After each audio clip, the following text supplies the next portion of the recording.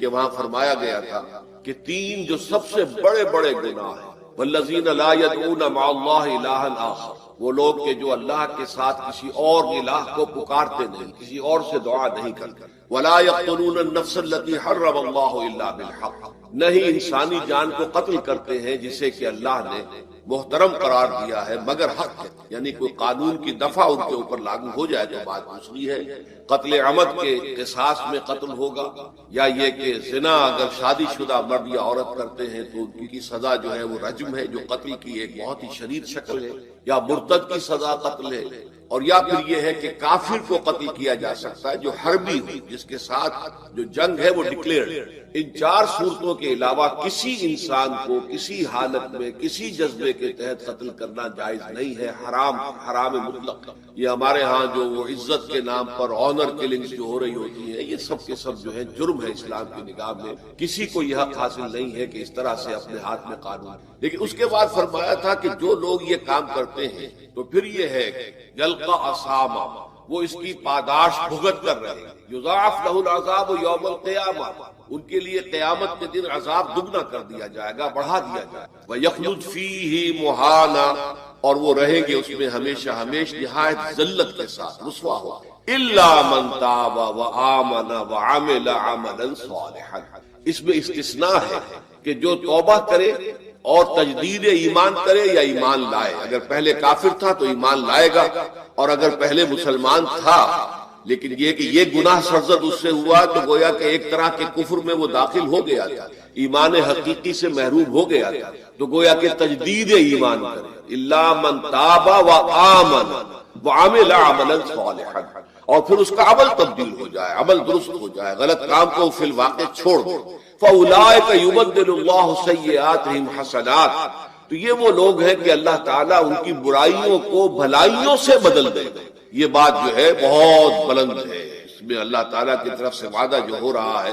کہ فاولئک یبدل اللہ سیئاتہم حسنات وکان اللہ غفورا رحیما ومن تاب وعمل صالحا، پھر دوبارہ تکرار کے ساتھ یہ بات آ چکی ہے، جو توبہ کرے اور پھر عمل اچھا کرے، فإنہ یتوب الی اللہ متابا، تو وہ ہے جو حقیقت میں توبہ کرتا ہے اللہ کی جناب میں جیسے کہ توبہ کرنی چاہیے، عمل میں کوئی تبدیلی نہ ہو، اور توبہ کی تسبیح ہوتی رہے، استغفر اللہ ربی من کل ذنب واتوب الیہ، آپ نے 10 تسبیحیں کر دی، 1000 مرتبہ کہہ لیا، یہ سب زیرو ہے اللہ کے لیے۔ ذکر کا ثواب مل جائے گا کہ اتنا وقت آپ نے اللہ کا نام لیا ہے، اللہ کا ذکر کیا ہے، اس کا ثواب تو ملے گا، لیکن یہ توبہ نہیں ہے، اس سے کسی گناہ کی معافی کا کوئی سوال نہیں ہے، اس سے برائیوں کے بھلائیوں میں بدلنے کا کوئی امکان نہیں، اس سے اس کی سزا سے بچنے کی کوئی سبیل نہیں۔ اب سورۃ تحریم میں خاص طور پر ایک خاص جو پس منظر ہے اس کے اعتبار سے یہ آیت آ رہی ہے، یا ایھا الذین آمنوا توبوا الی اللہ توبۃ نصوحا، اے وہ لوگوں جو ایمان لائے ہیں، اے ایمان کے مدعیوں،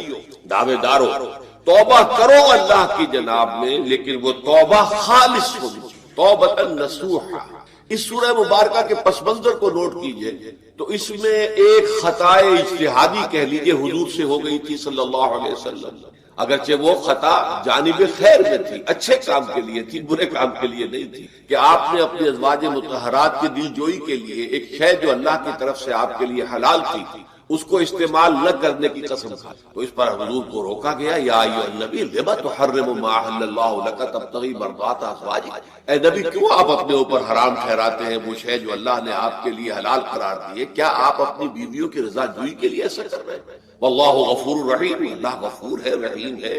اللہ نے آپ کی خطا سے درگزر کیا ہے، لیکن قد فرض اللہ لکم تحلۃ ایمانکم، اللہ تعالیٰ نے راستہ تمہارے لیے کھول دیا ہوا ہے کہ ایسی قسموں کو کھولا جا سکتا ہے، جس کے لیے کہ سورہ مائدہ کے اندر کفارہ دے دیا، تو گویا کہ حضور کو یہاں حکم دیا جا رہا ہے کہ آپ اپنی اس قسم کا کفارہ دیجئے، قسم کا، اور یہ جو قسم ہے اس کو کھول دو۔ نمبر 2 پہ پھر 2 ازواج مطہرات کا معاملہ آیا ہے کہ حضور نے ایک راز کی بات کہی ایک زوجہ محترمہ سے، لیکن انہوں نے وہ راز جو ہے وہ دوسری زوجہ محترمہ کو پہنچا دیا جن میں زیادہ آپس میں قریبی تعلق تھا، تو گویا کہ یہ بھی ایک طرح سے خیانت ہو گئی، اس لیے کہ راز جو ہے وہ تو ایک امانت ہوتا ہے، اور خاص طور پر عائلی زندگی میں میاں بیوی کے درمیان کے جو معاملات ہوتے ہیں وہ تو بہت ہی رازداری پر مبنی ہوتے ہیں، اس لیے ان میں سے کوئی چیز جو ہے جس کو خاص طور پر کہا گیا ہو کہ یہ ایک راز کی بات ہے جو تم سے کہہ رہا ہوں، کسی اور سے کہنا نہیں ہے۔ تو اس میں جو غلطی ہوئی ہے وہ بھی ایک بڑی غلطی تھی حضرت عائشہ صدیقہ رضی اللہ تعالی عنہا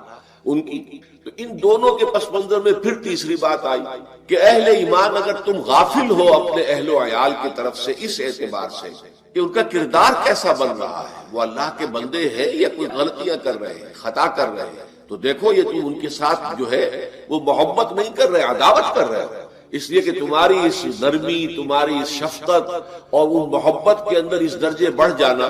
کہ اس میں اللہ تعالیٰ کے جو حرام کردہ امور ہیں ان میں بھی تم ملوث ہو جاؤ، تو یہ گویا کہ در حقیقت تم اپنے آپ سے بھی دشمنی کر رہے ہو اور ان سے بھی دشمنی کر رہے ہو۔ اپنے آپ سے دشمنی کر رہے ہو کہ تمہاری عاقبت خراب ہوگی، ان سے دشمنی کر رہے ہو کہ ان کی اگر تربیت غلط ہو جائے گی تو گویا کہ وہ جہنم کا نوالا بنے گی۔ اب اس تین چیزوں کے پس منظر میں فرمایا جا رہا ہے یا ایھا الذین آمنوا توبوا الی اللہ توبۃ نصوحا، اے ایمان والو، اے ایمان کے دعوے دارو، اللہ کے جناب میں توبہ کرو، لیکن توبہ خالص نصوحا۔ پہلی بات تو یہ جانیے، میں نے بھی یہ یقیناً پہلے بھی عرض کیا ہوگا لیکن دہرانے میں کوئی حرج نہیں ہے، عربی زبان میں یہ دو الفاظ بہت قریب ہیں، آبا یعوب اوبن اور تابا یتوب توبن یا توبتن۔ آبا یعوب اوبن بھی ہوتا ہے واپس لوٹنا، لیکن یہ ہے کسی یعنی مادی چیز کی طرف سے واپس لوٹنا۔ ایک ہے تابا یتوب توبن یا توبتن، وہ کسی فعل سے، مانوی چیز سے پلٹ آنا، لوٹ آنا۔ چنانچہ ایک بڑی پیاری جو دعا حضور صلی اللہ علیہ وسلم مانگا کرتے تھے، آپ کی مسنون دعاؤں میں سے ہے، جب آپ سفر پر گئے واپس گھر آئے تو گھر میں داخل ہوتے ہوئے آئبونا تائبونا لربنا حامد، ہم پلٹ کر آ گئے ہیں سفر سے، وطن سے میں پہنچ گئے ہیں، گھر میں داخل ہو رہے ہیں اور ہم اس حال میں بھی اپنے رب کی جناب میں توبہ بھی کر رہے ہیں، رجوع کر رہے ہیں اللہ کی جناب میں اور اپنے رب کی حمد کرتے ہوئے داخل ہیں۔ آئبونا تائبونا لربنا حامد۔ اسی طرح آپ بازار جائیں، اس کے بعد اپنے گھر میں داخل ہوں تو یہ دعا پڑھیں، تو یہ گویا یہ بہت ہی ایک سمجھیے مبارک، بہت سی اس کے اندر برکات ہوں گی۔ تو اس میں بھی لفظ آبا یعوب اوبن تابا یتوب توبن، یہ دونوں کے بہت قریب آ گئے، آئبونا تائبونا لربنا حامد توبوا الی اللہ۔ اب الہ کو نوٹ کیجئے، یہ توبہ کا لفظ بھی بہت سے ایسے الفاظ میں سے عربی زبان کے، جیسا کہ اس سے پہلے ہم دیکھ چکے ہیں کہ ایک لفظ ہے رغبہ، رغبہ رغبت جسے اردو میں ہم بولتے ہیں۔ رغبہ الہ ہوگا تو کسی شے کی طرف رجحان ہونا، اس کی طلب پیدا ہو جانا، اس کی خواہش پیدا ہو جانا، اور رغبہ عن ہوگا تو کسی چیز سے متنفر ہو جانا، دور ہٹ جانا، دور چلے جانا۔ ورب ایک ہی ہے، پریپوزیشن کی چینج سے بالکل برعکس نتیجہ نکلا ہے۔ ومن رغب عن سنتی فلیس منی، جسے میری سنت پسند نہیں ہے، جو اس سے ہٹتا ہے، پیچھے ہٹتا ہے، اس کو ترک کرتا ہے، اس کا مجھ سے کوئی۔ اسی طرح مالا یمیل و میلن، مالا الہ کسی شے کی طرف مائل ہو، مالا عن اس شے سے ہٹ جانا، پیچھے ہٹ جانا، نفرت ہو جانا۔ اسی میں وہ لفظ تھا صاف، فقط قلوبکما، تمہارے دل جو ہے وہ تو مائل ہو ہی گئے۔ سغا بھی الہ ہوگا تو اس کے معنی کسی شے کی طرف مائل ہو جانا، عن ہوگا تو کسی شے سے متنفر ہو جانا۔ تو وہاں میں عرض کر چکا تھا لقد سقط قلوبکما، تو اے نبی کی دونوں بیویوں، تمہارے دل تو یقیناً اللہ کی طرف مائل ہو چکے ہیں، توبہ کی طرف مائل ہو چکے ہیں، لیکن زبان سے یہ کہتے ہوئے کہ حضور معاف کر دیجئے غلطی ہو گئی ہے، اس میں ذرا حجاب آ رہا ہے۔ ظاہر بات ہے شوہر اور بیوی کے درمیان جس طرح کا تعلق ہوتا ہے تو اس میں یہ کہ بسا اوقات اپنی غلطی کو واضح الفاظ میں تسلیم کرنے میں کچھ ہچکچاہٹ سی ہوتی، تو وہ ایک کیفیت تھی کہ تمہارا دل تو مائل ہو چکا ہے، لیکن یہ کہ تم ذرا زبان سے بھی کہو، اقرار کرو۔ اسی طریقے سے یہ لفظ توبہ ہے، توبہ الہ ہے،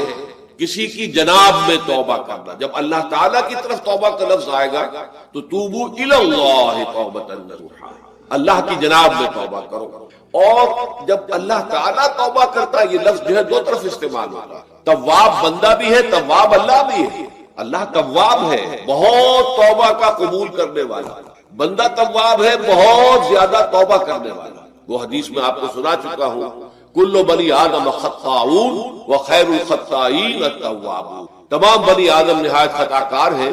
گناہ گار ہیں، غلطیاں ہوتی ہیں، خطائیں ہوتی ہیں، لیکن ان خطا کاروں میں بہتر لوگ وہ ہیں جو بہت توبہ کرنے والے، رجوع کر کر پلٹتے ہیں، ان میں پشیمانی پیدا ہو جاتی ہے اور وہ اللہ تعالیٰ کی جناب میں رجوع کرتے ہیں، تو وہ تواب ہے، بہت زیادہ توبہ کرنے والا۔ لیکن اللہ کی جناب میں توبہ جب بندہ کرتا ہے تو وہ الہ آئے گا، تابہ الہ،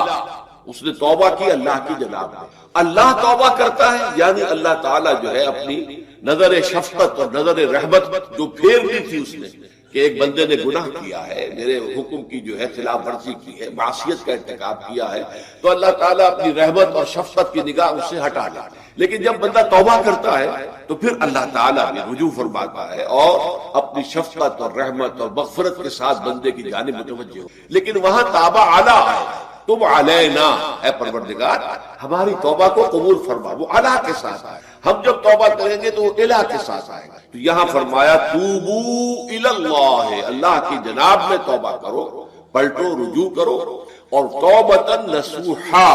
خالص توبہ۔ اس کی جو وضاحت تھوڑی سی میں ابھی کر چکا ہوں کہ خالص توبہ سے مراد کیا ہے۔ یہ نہیں کہ بس توبہ کی ورد ہو رہا ہے اور توبہ جو ہے وہ اس کے کلمات زبان سے ادا کیے جا رہے ہیں۔ بعض لوگ ہیں وہ جو آیت کریمہ ہے اس کا 1.25 لاکھ کا ہو رہا ہے، ورد ہو رہا ہے، کتنا ہو رہا ہے، اس کی تسبیح پڑھ رہے ہیں، اس سے کچھ نہیں ہوتا جب تک کہ دل کے اندر گناہ سے نفرت پیدا نہ ہو جائے، حقیقی پشیمانی نہ ہو کہ یہ مجھ سے بہت غلط حرکت سرزد ہوتی رہی ہے، پختہ ارادہ نہ ہو کہ آئندہ یہ کام نہیں کروں گا یا کروں گی، اور یہ کہ بالفعل بھی اس کام کو چھوڑ دیں۔ یہ 3 شرطیں کم سے کم ہیں ان چیزوں میں کہ جو حقوق اللہ میں سے، اللہ تعالیٰ کے حقوق، ان میں کوتاہی ہوئی ہے، ان میں غلطی ہوئی ہے، ان میں انسان نے کسی معصیت کا ارتکاب کیا ہے، تو 3 شرط: حقیقی پشیمانی نمبر 1، جس کے لیے میں نے اقبال کا شعر آپ کو سنایا تھا جو بالکل نوجوانی کے دور میں انہوں نے کہا تھا، اور کسی، اب میں نام بھول رہا ہوں، کوئی بہت بڑے شاعر تھے، استاذ تھے، اساتذہ، استاذ الشعراء، انہوں نے کہا تھا کہ میاں صاحبزادے اس عمر میں، اور یہ شعر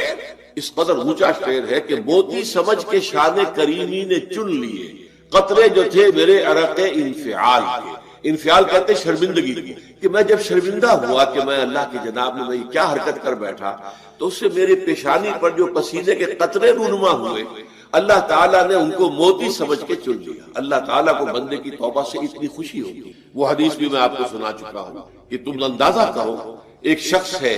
کہ جو ایک ریگستان میں لقودق صحرا میں سفر کر رہا تھا، اس کا ایک اونٹ تھا جس پر وہ سفر کر رہا تھا، اسی پر اس کا جو بھی راستے کا کچھ کھانا وانا تھا، خوراک تھی، وہ بھی، اس کی پوٹلیاں بھی تھی اور پانی کی چھاگل بھی بندھی ہوئی تھی۔ تھوڑی دیر کے لیے وہ ایک درخت کے سائے میں بیٹھ گیا استراحت کے، وہ اسی میں آنکھ لگ گئی اس کی۔ اب جب آنکھ کھلی تو دیکھا کہ اونٹ غائب۔ اب اونٹ گویا کہ اس کی زندگی کا واحد سہارا، کہاں جائے گا بغیر اونٹ کے؟ اس دوڑا دائیں بائیں، شمال جنوب مغرب مشرق، سب میں کہیں جہاں تک وہ کر سکتا تھا اسے کہیں اونٹ نظر نہیں۔ تو پھر وہ اسی درخت کی سائے میں آ کر بیٹھ جاتا ہے موت کے انتظار میں کہ اب تو موت ہی آئے گی، نہ کھانے کو کچھ، نہ پینے کو پانی، نہ سواری کے میں کہیں یہاں سے نکل سکتا۔ اچانک دیکھتا ہے کہ وہ اونٹ تو کھڑا ہوا ہے اور وہ سامان بھی موجود ہے۔ تو اس میں فرق مسرت کی وجہ سے خوشی اتنی شدید ہوتی ہے اسے کہ وہ کہنا تو یہ چاہتا ہے اللہ میں تیرا بندہ ہوں تو میرا رب، لیکن وہ کہہ یہ بیٹھتا ہے اللہ میں تیرا رب ہوں تو میرا بندہ۔ یعنی اتنا وہ اپنے اس میں حواس کھو بیٹھتا ہے خوشی کی وجہ سے۔ اتنی ہی خوشی ہوتی ہے اللہ تعالیٰ کو اپنے کسی گناہ گار بندے کی توبہ سے۔ اب آپ اندازہ کریں، یہ ہے جو تشبیہ حضور صلی اللہ علیہ وسلم نے توبہ کی عظمت کے لیے، تو اس کے حوالے سے، اور میں آپ کو فلسفے کے طور پر بھی بتا چکا ہوں کہ بہت بڑی غلطی جو ہے، جیسے ان دونوں صورتوں کا جو مرکزی مضمون میں نے بتایا تھا کہ خاندانی زندگی میں 2 انتہائی کیفیات پیدا ہوتی ہیں، یا میاں بیوی کی موافقت نہیں ہو رہی تو آخری حد ہے طلاق، یا یہ ہے کہ اتنی محبت ہو گئی ہے کہ محبت کی وجہ سے شریعت کی حدود کے اندر رد و بدل ہو رہا ہے۔ تو پہلے کے موضوع کے اوپر سورہ طلاق ہے اور دوسرے موضوع کے اوپر سورہ طلاق ہے۔ تو طلاق کے معاملے میں بھی عیسائیوں سے جو بہت زیادہ غلطی، بہت بڑی سرزد ہوئی وہ یہ ہے کہ حضرت عیسیٰ نے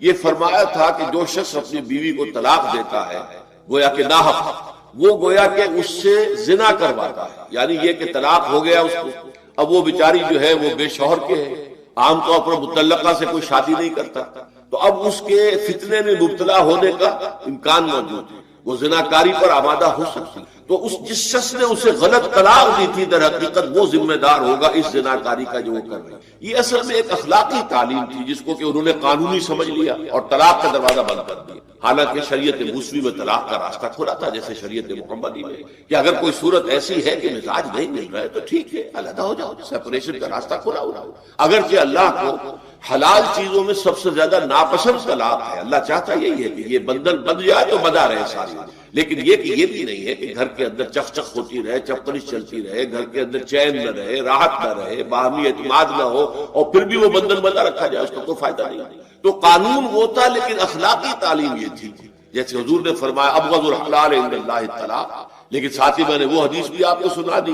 کہ جو شخص اپنی بیوی کی جو بھی اس کی روش ہے اس سے سخت نالا ہے، شکایتیں کرتا پھرتا ہے دوسروں سے، طلاق نہیں دیتا، تو اللہ تعالیٰ اس کی دعا سنتا ہی نہیں کہ جب میں نے تمہارے لیے راستہ کھلا ہوا تھا وہ تم اختیار نہیں کر رہے. تو یہی معاملہ در حقیقت عیسائیوں نے اس حد تک بڑھایا کہ حضرت آدم اور حوا سے جو خطا ہو گئی تھی، وہ خطا جو ہے وہ تو ہر انسان دنیا میں جو آتا ہے تو خطا کار ہے. وہ اپنے آبا و اجداد، اپنے اماں حوا اور اپنے ابا آدم کی خطا لے کر اپنے ساتھ پیدا ہو رہا ہے، تو گناہ گار ہے. Man is sinful from the very birth. اب اس کا کیا علاج ہوگا؟ تو اس کا علاج ڈھونڈا کہ اللہ نے اپنا اکلوتا بیٹا زمین پر بھیج کر اور اسے ان لوگوں کی طرف سے کفارہ بنا لیا کہ جو ہمارے اس بیٹے پر ایمان لائے. یہ سارا عقیدہ بنائے فاسد علی الفاسد کیوں ہوا کہ توبہ کے بارے میں تصور ان کا غلط ہے. اللہ قرآن مجید نے واضح کیا کہ غلطی تو ہوئی تھی حضرت آدم و حوا سے، شیطان کے بہکانے میں آ گئے تھے، لیکن یہ کہ پھر انہوں نے توبہ کی، اللہ نے تاب علیہ، اللہ نے اس کی توبہ قبول فرما لی. فتلقى آدم من ربہ کلمات فتاب علیہ. تو آدم نے اپنے رب سے کچھ کلمات سیکھ لیے. پشیمانی تو ہو گئی تھی، شرمندگی ہو گئی تھی، لیکن الفاظ نہیں مل رہے تھے. کن الفاظ میں اللہ کی جناب نے توبہ کی. اللہ کی کمال شفقت کے اللہ نے وہ الفاظ بھی انہیں تلقین کر دیے جو سورہ اعراف کے اندر بیان ہوئے ہیں. ربنا ظلمنا انفسنا وان لم تغفر لنا وترحمنا لنكونن من الخاسرین. اللہ نے توبہ قبول فرما لی، فتاب علیہ. اب جو بچہ پیدا ہو رہا ہے نسل آدم کا، وہ کوئی اپنے جد امجد جو ہے حضرت آدم اور حضرت حوا کے گناہ کی پوٹ لے کر نہیں آتا ہے. وہ تو کل مولود یولد علی الفطرہ، فطرت الاسلام پر پیدا. تو توبہ کی در حقیقت جو عظمت اور حقیقت ہے ہمارے دین میں، اس کو نہ سمجھنے سے بھی بہت بڑی غلطیاں لوگوں سے ہو جاتی ہے. تاریخ انسانی میں اتنی بڑی بڑی غلطیاں ہو جاتی. طلاق کے معاملے میں بھی عیسائیوں نے پھر یہ کیا کہ سوائے اس کے کوئی شکل نہیں ہے کہ بیوی زناکار ہو تو پھر تو طلاق ہو جائے گی، سیپریشن ہو جائے گی. لہذا جو طلاق دینا چاہتے تھے وہ ایسے مواقع پیدا کرتے تھے کہ بیوی زنا کرے، یا یہ کہ جھوٹی گواہیاں فراہم کرتے تھے زناکاری کی اور پھر اس سے چھٹکارا حاصل کرتے تھے. اس کے بغیر چھٹکارا حاصل کرنے کی کوئی شک نہیں تھی. اس پر بڑے بڑے افسانے جو ہیں وہ مغربی لٹریچر کے اندر آپ کو ملیں گے کہ عورت سے نجات پانے کے لیے انہیں پھر یہ کرنا پڑتا کہ جھوٹے طور پر جھوٹا الزام تہمت لگا کر اس کے اوپر زنا کا الزام ثابت کرے، یا یہ ہے کہ اسے واقعتاً خود ایسے حالات میں ڈال دے کہ وہ زانیہ بن جائے اور پھر اس سے نجات حاصل. یہ گویا کہ پھر وہی بنائے فاسد علی الفاسد، ایک غلط بات کے اوپر دوسری غلط بات ہے. تو توبوا الی اللہ توبۃ نصوحا، توبہ کرو اللہ کی جناب میں جو کہ خالص توبہ. خالص توبہ میں 3 شرائط میں نے بیان کر دی کہ اگر اللہ کے حقوق میں معاملے میں کمی بیشی ہوئی ہے تو پھر یہ ہے کہ پشیمانی حقیقی، عزم مصمم دوبارہ نہیں کروں گا نہ کروں گی، اور نمبر 3 یہ کہ ایک مرتبہ اس گناہ کو لازماً چھوڑ دینا. اس کے بعد جو ہے اگر یہ حقوق العباد میں سے تو ایک چوتھی اضافی شرط، یا تو اس کی تلافی کرو، اس کا پیسہ مارا تھا تو پیسہ دو، بہن کا حق جو ہے وراثت میں کھایا تھا تو اس کو ادا کرو، یا اس سے معافی حاصل کرو. یا پھر ایک شکل ہو سکتی ہے کہ اگر وہ فوت بھی ہو گیا ہے، اب کوئی شکل نہیں ہے، اس کی طرف سے صدقہ و خیرات کرتے رہو، اللہ یہ میں کر رہا ہوں اس کے حساب سے اس کو جمع کر دے، اور میری جو کوتاہی تھی اس کو معاف فرما دے، اس کو جو ہے وہ ڈیبٹ کریڈٹ ہو جائے گا. ورنہ پھر آخرت میں یہ ہوگا کہ آپ کی نیکیاں اس کے حوالے کی جائیں گی، یا آپ کے پاس نیکیوں کا ذخیرہ بھی کافی نہ ہوا تو اس کے گناہ آپ کے پلڑے میں ڈال دیے جائیں گے. اور اسی کو حضور نے فرمایا کہ میری امت کا اصل مفلس وہ ہے. آپ نے پوچھا اتدرون من المفلس، آپ لوگ جانتے ہیں کہ مفلس کون ہوتا ہے؟ تو صحابہ نے وہی جواب دیا جو ہم میں سے ارشد جواب دے گا، المفلس عندنا من لا درہم لہ ولا دینار. ہمارے نزدیک ہم مفلس اس کو کہتے ہیں جس کے پاس درہم و دینار نہیں ہے، روپیہ پیسہ نہیں. حضور نے فرمایا نہیں، میری امت کا مفلس وہ ہوگا جو قیامت کے دن حاضر ہوگا، بہت سی نمازوں کی وہ پنڈ لے کر آئے گا، وہ گٹھڑی لے کر آئے گا، گٹھڑا لے کر آئے گا، اور روزوں کا اور اس کا اور حجوں کا اور عمروں کا، لیکن وقد شتم ھذا واکل مال ھذا، اس نے مال کھایا تھا فلاں کا حرام طریقے سے، فلاں کو گالی دیتی تھی، فلاں پر تہمت لگائی تھی، حقوق العباد کے اندر جو ہے اس کی عزت پر حملہ کیا گیا، وہ سارے مدعی جمع ہو گئے. اللہ تعالیٰ کسی سے کہے گا بھائی تم اس کی نمازیں لے جاؤ، کسی سے کہے گا اس کے روزے لے جاؤ، اچھا تم لو حج لے جاؤ، اس کے عمرے لے جاؤ، اس کے بعد بھی مدعی باقی ہوں گے تو اب مدعیوں کے گناہ اس کے پلڑے میں ڈالے جائیں گے اور پھر وہ دوسروں کے گناہوں کے بوجھ تلے دب کر جہنم میں جائیں گے۔ تو یہ حقوق العباد کے اندر معاملہ اس سے بھی کہیں زیادہ سخت ہے کہ جو حقوق اللہ کا ہے۔ اللہ تو بڑا غفور ہے، رحیم ہے، اس کے اندر وہ رعایت بھی کرے گا، لیکن حقوق العباد کا معاملہ اللہ کہہ دے گا یہ میرا معاملہ ہے ہی نہیں، یہ تمہارا آپس کا معاملہ ہے، تمہیں اس میں تو جو بھی ہے لین دین کر کے ہی معاملہ چکانا ہوگا، دے دے کر معاملہ ہوگا، اس کے بغیر نہیں۔ تو توبوا الی اللہ توبۃ نصوحا عسى ربکم ان یکفر عنکم سیئاتکم۔ این ممکن ہے، عسى اصل میں امید دلانے کے لیے ہوتا ہے، شاید کہ ایسا ہو جائے، لیکن جب اللہ کی طرف سے یہ لفظ آتا ہے تو یہ یقینی معنی، یقینی وعدہ، اللہ کا وعدہ ہے۔ اگر تم یہ توبہ نصوح کرو گے تو اللہ کا وعدہ ہے تم سے کہ وہ تم سے تمہاری برائیوں کو دور کر دے۔ یہ تکفیر کے لفظ کو بھی سمجھ لیجئے، کفر کا اصل معنی ہے چھپا دینا، دبا دینا، اسی لیے گناہ کا کفارہ ہوتا ہے۔ آپ سے گناہ ہو گیا، آپ نے کفارہ دے دیا تو گناہ چھپ گیا، دب گیا، اس کے اثرات زائل ہو گئے، وہ آپ کے نامہ اعمال سے اس کو ختم کر دیا۔ یہ ہے کفارہ، کفارہ۔ کفار جمع ہے کافر کی، کافر جو ہے وہ حق کو چھپاتا ہے، اللہ کی دعوت جو دی جا رہی ہے اس کو دباتا ہے، تو اس معنی میں وہ کافر انکار کرتا ہے۔ لیکن یہ کہ ایک کفران نعمت ہے، کسی نے آپ پر احسان کیا ہے اور آپ اس کا احسان نہیں مان رہے، آپ کے لیے دل میں اس کے لیے کوئی احسان بندی کے جذبات پیدا نہیں ہوئے، تشکر کا جذبہ پیدا نہیں، یہ کفران نعمت ہے۔ تو تکفیر اس کو بھی کہتے ہیں، تکفیر اسے بھی کہتے ہیں مسلمان امت میں سے کسی کو نکال دینا، اس لیے کہ وہ بنیادی عقائد میں علیحدہ ہو گیا ہے، تو یہ پرجنگ ہے، یہ بھی تکفیر ہے۔ تو تکفیر اعمال کیا ہے کہ برے اعمال کو دھو دے گا تمہارے نامہ اعمال سے، اور نمبر دو تمہارے دامن کردار سے بھی دھو دے گا، جو غلطیاں تمہارے اوپر چلی آ رہی تھی، اتنے عرصے تک تم کرتے رہے ہو، تمہارا کردار جو ہے اس سے مقدر ہو گیا ہے، اس کے اندر جو ہے خرابی پیدا ہو گئی ہے، تو اللہ اس کو بھی دھو دے گا۔ تو دنیا میں بھی تکفیر کا اثر ہوگا کہ انسان کی اصلاح ہو جائے گی، اس کی سیرت و کردار جو ہے صحیح رخ پر آ جائیں گے، اور آخرت میں یہ ہے کہ اس کا جو اعمال نامے میں جو گناہ درج تھا وہ وہاں سے صاف کر دیا جائے گا، محو کر دیا جائے گا۔ یہ تکفیر دو گناہ، اور اس میں جو ہم سورہ الفرقان میں پڑھ کر آئے ہیں وہ اس سے بھی اگلی بات ہے، اولئک یبدل اللہ سیئاتہم حسنات۔ جہاں گناہ کا اندراج تھا وہاں اب نیکی کا اندراج ہو جائے گا، تمہاری سیرت و کردار میں جو گناہ کا پہلو تھا وہ اب نیکی کے پہلو میں بدل جائے گا۔ یہ تکفیر گویا کہ دنیا میں بھی اور آخرت۔ عسیٰ ربکم، امید ہے اور اللہ کا وعدہ ہے کہ وہ تم سے تمہاری برائیوں کو دور کر دے گا۔ مطلب یہ کون انسان ہے جو برائی سے بالکل پاک ہے؟ کل بنی آدم خطاؤون وخیر الخطائین التوابون۔ توبہ کرو، توبہ نصوح کرو، اللہ تعالیٰ دھو دے گا، تمہارے دامن کردار سے بھی داغ اور دھبے صاف کر دے گا، اور تمہارے اعمال نامے سے۔ وَيُدْخِلَكُمْ جَنَّاتٍ تَجْرِي مِن تَحْتِهَا الْأَنْهَارُ، اور تمہیں داخل کرے گا ان باغات میں جن کے نیچے یا جن کے دامن میں ندیاں بہتی ہوں گی۔ یوم لا یخزی اللہ النبی والذین آمنوا معہ، وہ دن کہ جس دن اللہ رسوا نہیں کرے گا نہ نبی کو اور نہ ان کو جو ان کے ساتھ ایمان لائے۔ ان کے ساتھ ایمان لانے، ظاہر بات ہے انبیاء کے رسوا ہونے کا تو کوئی سوال ہی نہیں، یہاں اس کا ذکر جو ہے وہ تو صرف بطور تذکرہ کر دیا گیا، ورنہ اصل کیا ہے جو نبی کے ساتھ ایمان لائے۔ اور نبی کے ساتھ ایمان لانے والوں میں درجہ اول کے لوگ وہ ہیں جو صحابہ کرام جو حضور کے زمانے میں تھے، حضور کے ساتھ دیا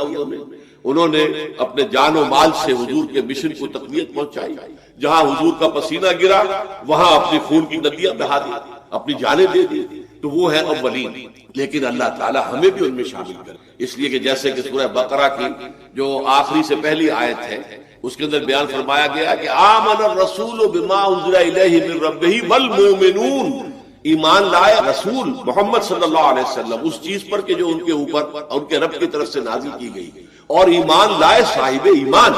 وہ صاحب ایمان سب کے سب شامل ہوں۔ تو قیامت کے دن اللہ تعالیٰ رسوا نہیں کرے گا، یوم لا یخزی اللہ النبی والذین آمنوا معہ، جس دن کہ اللہ تعالیٰ رسوا نہیں کرے گا نہ اپنے نبی کو صلی اللہ علیہ وسلم اور نہ ہی ان کو کہ جو ان کے ساتھ ایمان لائے۔ اور یہ آخرت کی رسوائی جو ہے بہت بڑی رسوائی ہے، دنیا کی رسوائی انسان جو ہے اس کو بہت ہلکا سمجھے، آخرت کی رسوائی بہت بڑی ہے۔ پوری خلق خدا جہاں جمع ہوگی، پوری انسانیت جمع ہوگی، تمام آدم سے لے کر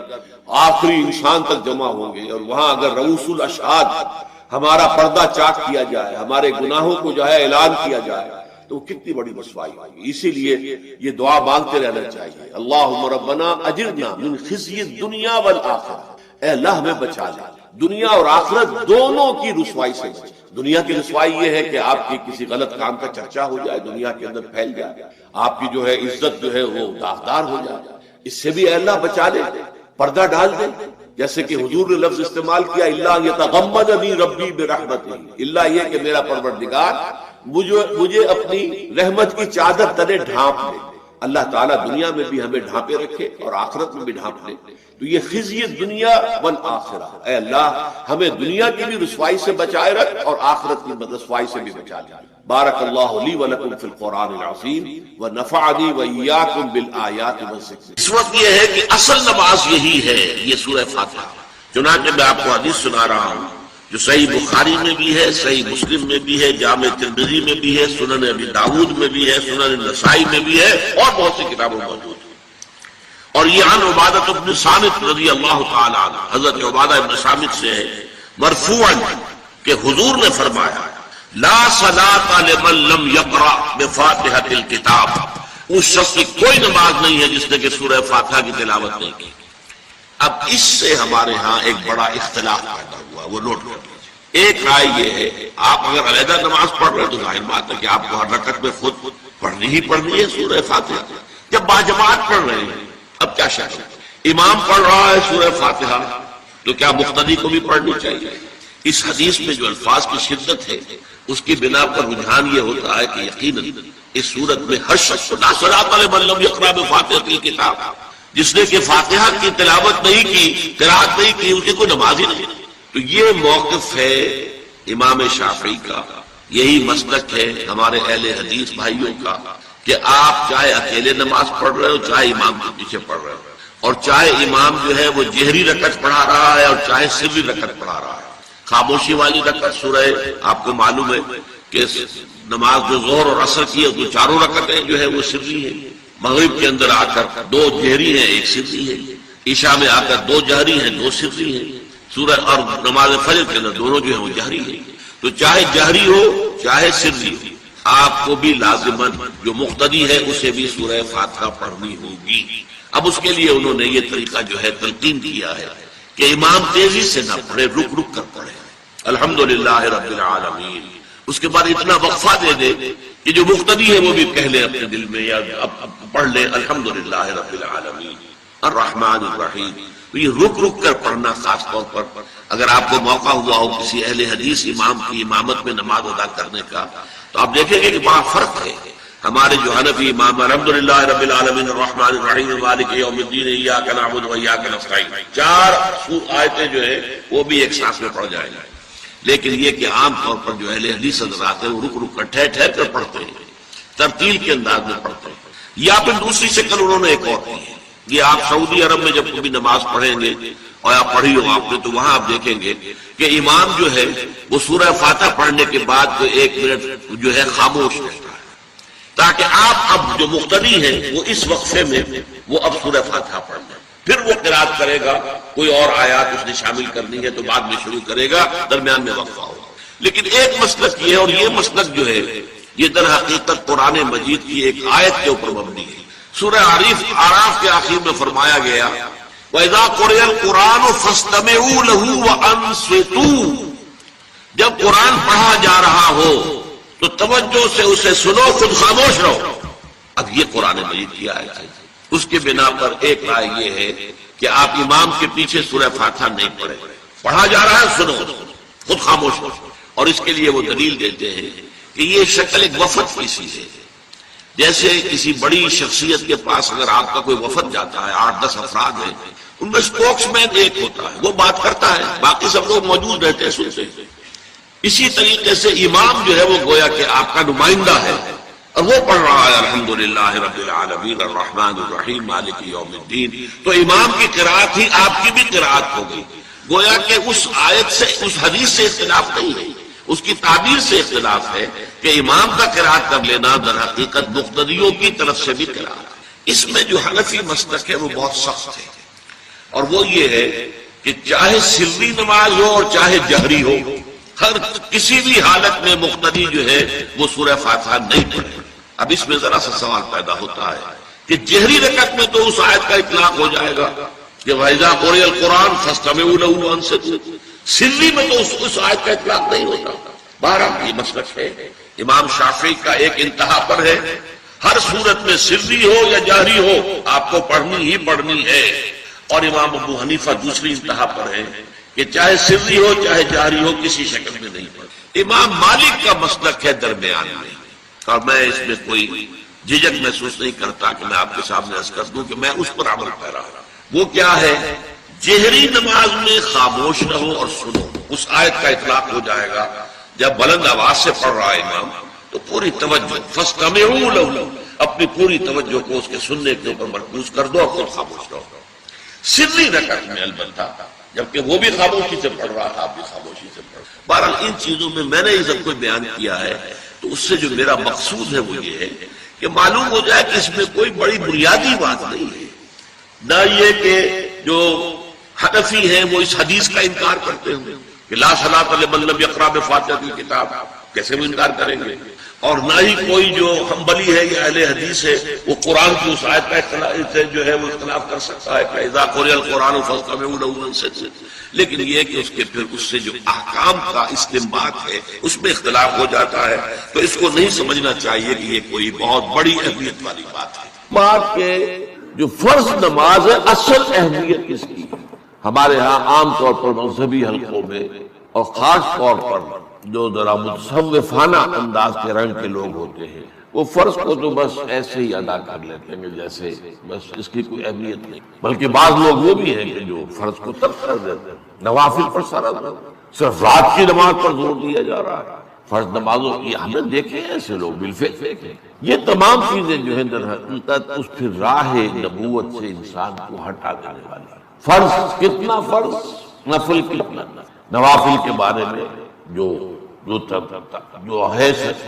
شریعت سے ثابت ہے، وہ تہجد بھی نافلۃ لک حضور کے لیے تو لازم تھی، باقی کے لیے لازم نہیں ہے۔ جو قیام اللیل شروع میں تھا وہ لازم نہیں ہے۔ ہاں رمضان مبارک میں اس کی تشویق ہے، ترغیب ہے، وہ خاص ایک مہینہ ہے، اس میں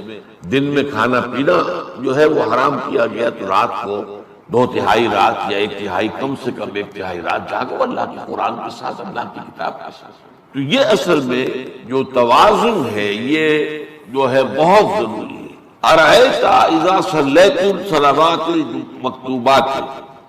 حضور آپ نے دیکھا، غور فرمائیے کہ اگر میں جو فرض نمازیں ہیں وہ ادا کرتا، اب مثلا ایک حدیث مجھے اور یاد آئی، فرض نماز کی اہمیت کو بیان کرنے کے لیے حضور نے فرمایا جس شخص نے عشاء کی نماز بھی جماعت کے ساتھ ادا کی اور پھر فجر کی نماز بھی جماعت کے ساتھ ادا کی، اس کے لیے پوری رات کا قیام رکھ دیا جائے گا۔ فرض کیے تو اذا صلیت المکتوبات صلوات المکتوبات وصمت رمضان، اور میں روزہ بھی رمضان کے روزے رکھ لوں، باقی روزہ رکھنا آپ کی مرضی پر ہے، رکھیں ٹھیک ہے، لیکن وہ لازم نہیں ہے۔ نجات کے لیے لازم جو بیس لائن ہے وہ جو عبادات فرض، اس کے بعد جتنا آدمی اضافہ کر سکے، حالات کو بھی دیکھیں۔ بعض حالات ایسے ہوں گے کہ اس میں اصل اہمیت جہاد کی ہو جائے گی، قتال کی ہو جائے گی۔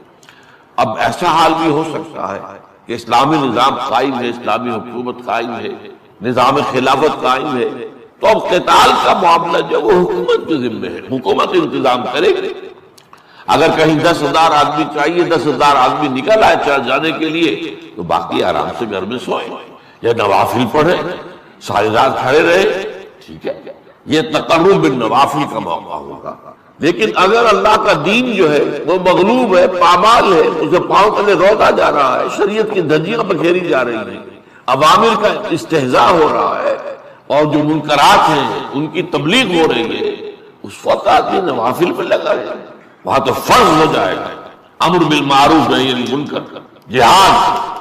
اس کی جو بھی تقاضے ہیں اس وقت سارے تقاضے اس کو بیان کرنے کا موقع نہیں ہے، اس اصل شیء کو اس فرض کو ترک کر کے نوافل پہ لگیں گے،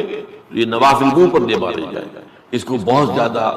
نمایاں کرنے کے لیے میں مثال دیتا ہوں، ذرا سوچئے، جب دامن احد میں معرکہ جاری تھا اور صحابہ کی جان پر بنی ہوئی تھی، خود حضور کی جان پر بنی ہوئی تھی۔ آپ کو معلوم ہے آپ زخمی ہوئے ہیں اور اتنا خون آپ کا بہہ گیا ہے کہ آپ بے ہوش ہو گئے اور خبر اڑ گئی کہ آپ کا انتقال ہو گیا، شہید ہو گئے۔ اس وقت اگر کوئی شخص مسجد نبی میں بیٹھا ہوا درود کی تسبیح پڑھ رہا ہو یا کوئی اور نوافل ادا کر رہا ہو یا قرآن پڑھ رہا ہو تو اس کے بارے میں کیا حکم آپ کا ہوگا؟ پکا منافق، حالانکہ کام تو وہ اچھے کر رہے ہیں۔ درود کی کتنی فضیلت آئی ہے اور نوافل ہے یا قرآن کا پڑھنے کا ایک ایک حرف کا 10 نیکیوں کا ثواب ہے۔